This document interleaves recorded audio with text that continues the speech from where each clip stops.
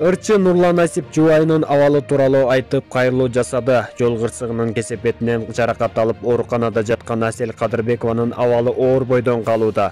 Бул тууралуу ырчынын жолдошу Нурлан Насип социалдык тармактагы баракчасына жазып кайрылуу жасады. Урматтуу туугандар, Аселдин акыбалы оор бойдон калууда.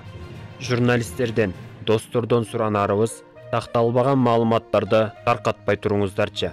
Бир гана жараткандан суранып дуа кылып туралы.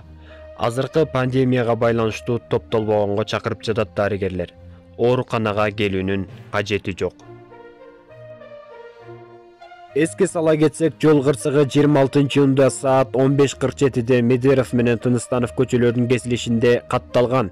Кырсыктын кесепетинен 3 жаран жаракат алган. Эл ТВ каналы ырчынын тезирээк айыгып кетишин каалайт. Бул маалыматтар интернет булактарынан алынды.